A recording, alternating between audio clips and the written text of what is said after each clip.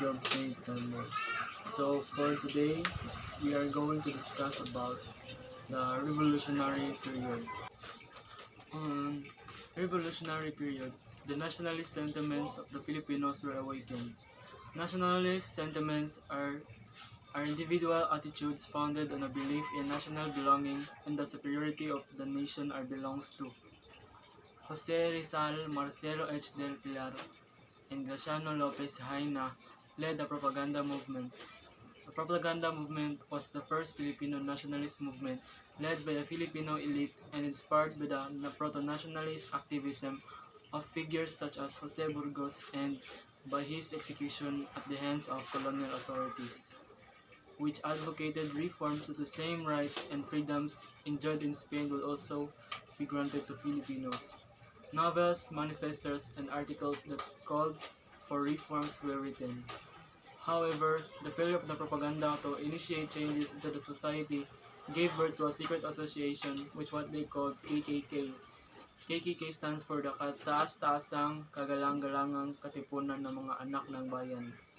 The secret association was led by Andres Bonifacio, ang ama ng Katipunan.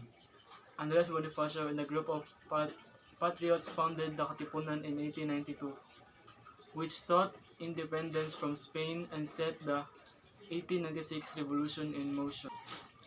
The Katipunan as an organization adopted its own form of government which had national and local levels. The Katipunan was governed by the Supreme Council, which was composed of the President, Secretary, Treasurer, and Fiscal. Fiscal is used to describe something that relates to the government, money, or public money, especially taxes. The Provincial Council and the Popular Council was also organized in each province and town, respectively. A Judicial Council was also created to adjudicate in cases involving members of the organization. The Katipunan was divided into two factions. These are the Magdalo and Magdiwang. The Magdalo faction of the Katipunan chapter in Cavite, a Philippine revolutionary organization with the aim to gain independence from Spain during the Philippine Revolution. It was named after Mary Magdalene, Patriones of Kawit, Cavite.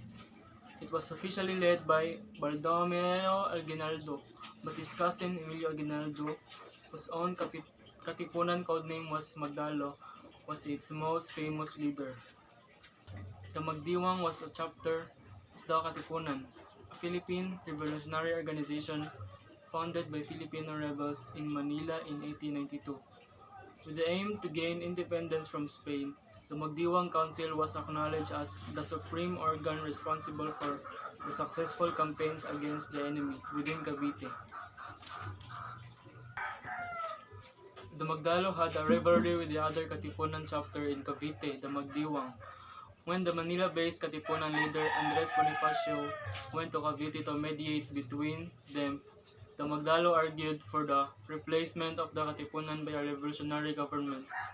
The Magdiwang initially backed Bonifacio's stance that the Katipunan was already served as their government, but at the Tijeros Convention, both factions were combined into one government body under Emilio Aguinaldo, who was elected as the president.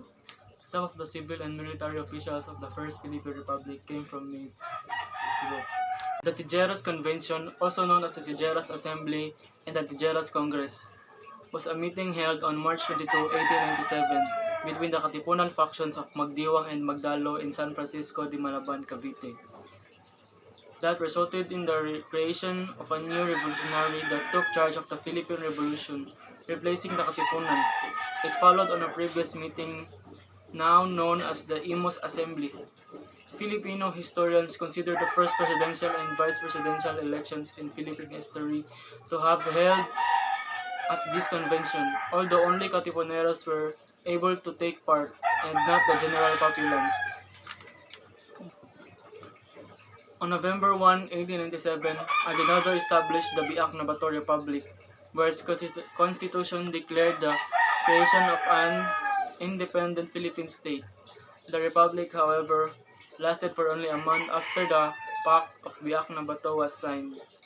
It provided for the amnesty and monetary indemnity of Aguinaldo and the other revolutionaries, including the exile of the revolutionary government to Hong Kong.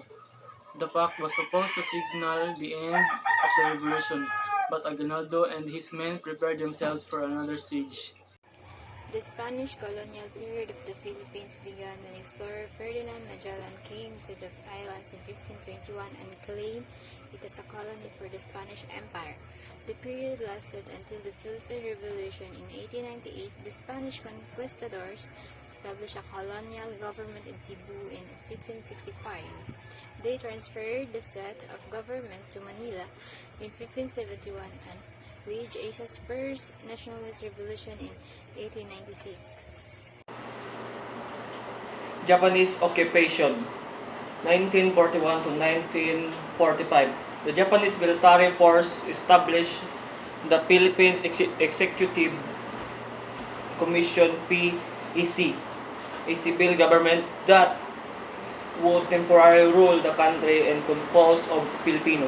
In 1943, a new constitution was promulgated and the Japanese-sponsored Philippines Republic was established with Jose P.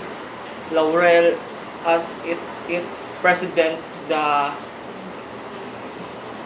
Second Republic, commonly referred to as a puppet government, was similar to PEC in terms of its executive, legislative, and judiciary. In 1944, the Commonwealth government was re-established after the return of General MacArthur to the Philippines and Japanese force eventually defeated. The 1935 Constitution again became the highest law of the land in July 5, 1945. MacArthur announced the liberation of the Philippines, but this period encountered primary problems on the reconstruction of the temporary and of the government. So when Douglas MacArthur came in the Philippines, the Japanese was defeated. Post-EDSA or the Fifth Republic. The period from 1986 onward is the restoration of democracy. The fall of the dictatorship marked the shift toward democratization and return to constitutionalism. A revolutionary government was created following Corazon Aquino's ascent to presidency. When the new Philippine Constitution was ratified in 1987, a democratic and republican government was established. The post-EDSA era, also known as the Fifth Republic, Corazon Aquino served as the first president of the Fifth Republic, followed by Fidel Ramos, Joseph Estrada, after being disposed by the EDSA People Power II.